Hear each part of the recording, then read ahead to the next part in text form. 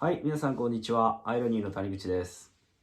アイロニーは兵庫県の芦屋市と東京南青山と、パリの16区で、3店舗店を展開している花屋になります。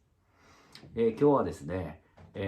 花屋の悩み相談のコーナーになります。アイロニーではね、プロフェッショナルに向けたレッスンっていうのを、たくさん展開しています。仕事に使えるスキルとかね、知識なんかをどんどんシェアしていこうっていう風なレッスンをしています。あるにもう20年、芦屋をで、スタートさせてから20年になるので、その間たくさんの仕事をさせてもらったことなんかで、得たことを、フロリストの仲間たちにどんどんシェアしていくっていうようなことをしています。で、その中で、僕よりも、キャリアの若い、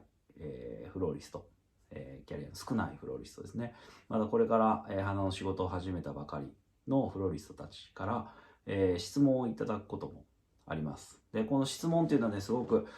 僕自身も、自分の仕事について、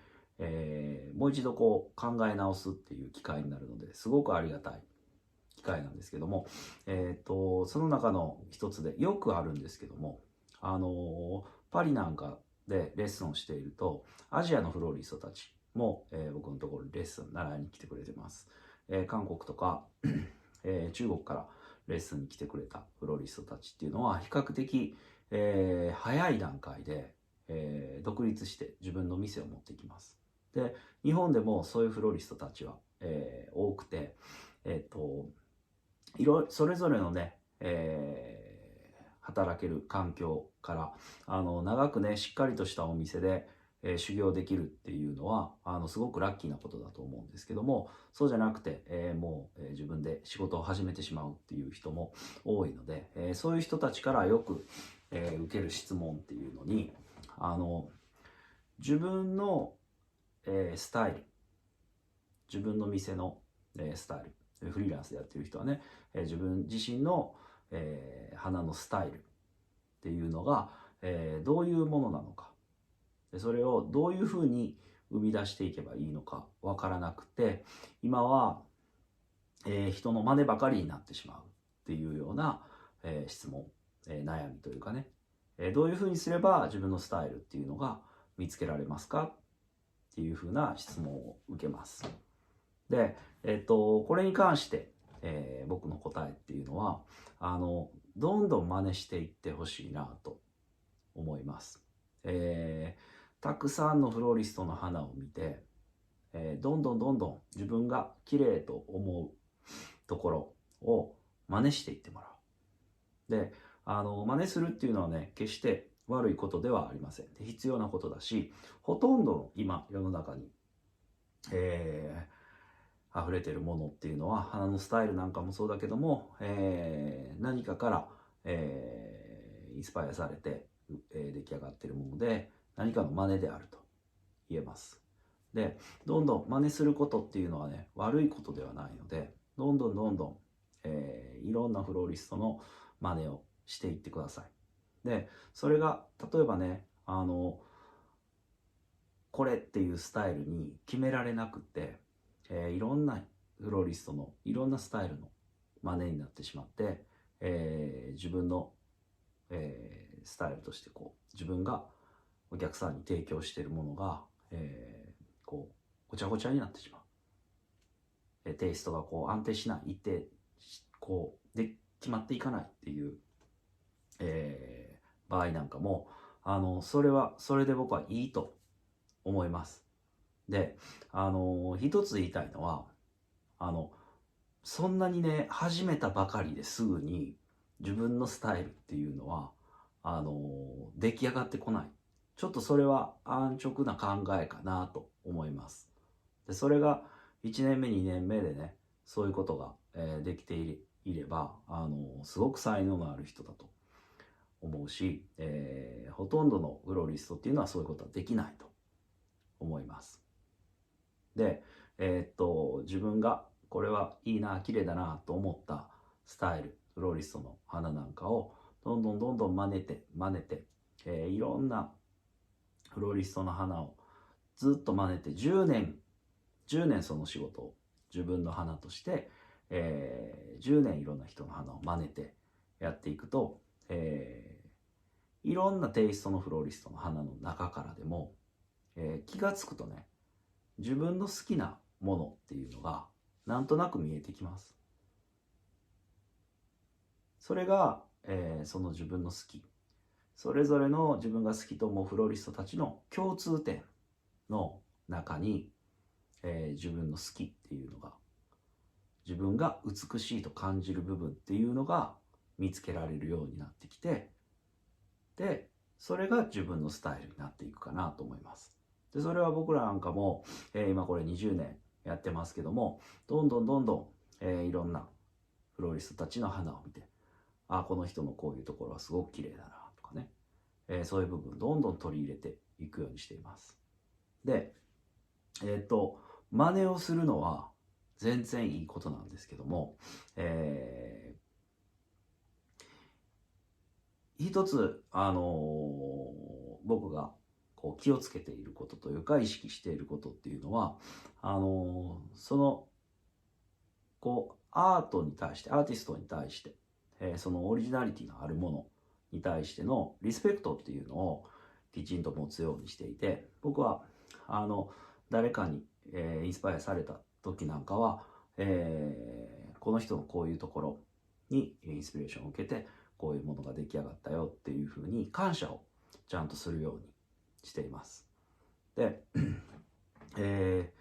そういうふうにしていくと、もっとオープンに、いろんなフローリストたちが、いろんなフローリストのいいところをどんどん吸収していける、サイクルっていうのが出来上がってくるかなと思うんですね。なんかあの人はあの人のコピーをしていてあんまり良くないとかね、真似するなよみたいな、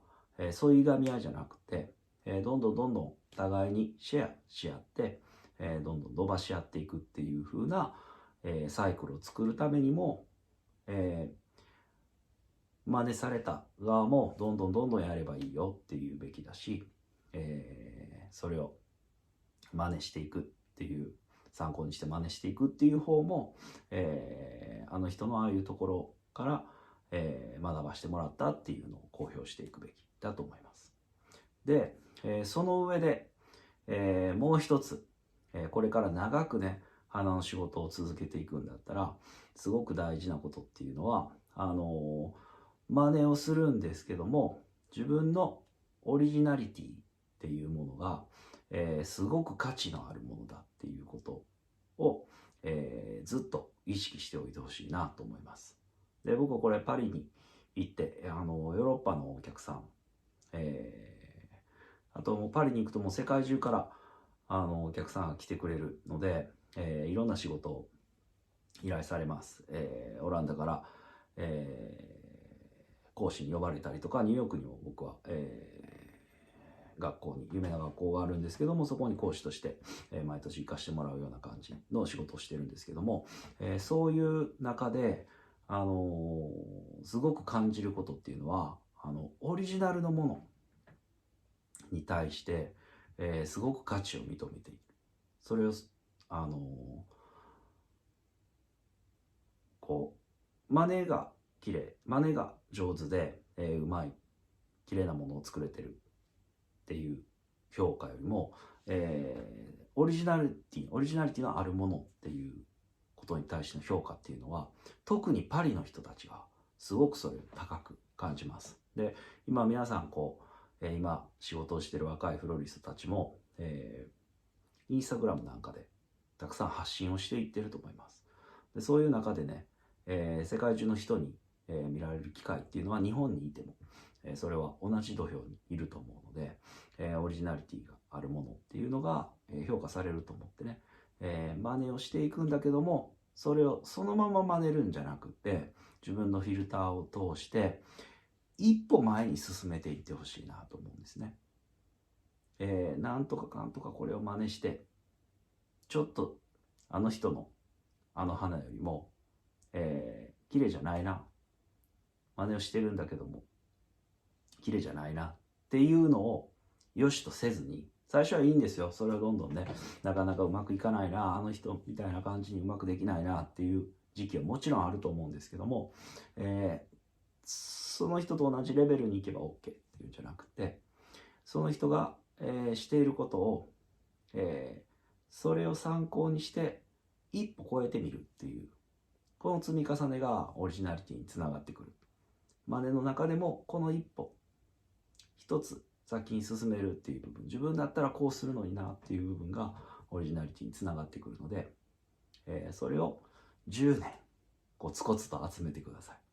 そうするとオリジナリティのあるものっていうのが出来上がってくるんじゃないかな。自分のスタイルっていう風に、周りの人、お客様にも認識されるようなものができてくるんじゃないかなと思います。はい。もしね、この話、役に立ったなと、思う人がいたら、高評価をしたり、コメントをください。コメントをくれると、励みになります。あとチャンネル登録をぜひしていただくと、たくさんのね、人にも見てもらう機会が増えてくるので、ぜひぜひお願いします。ではまた。ありがとうございました。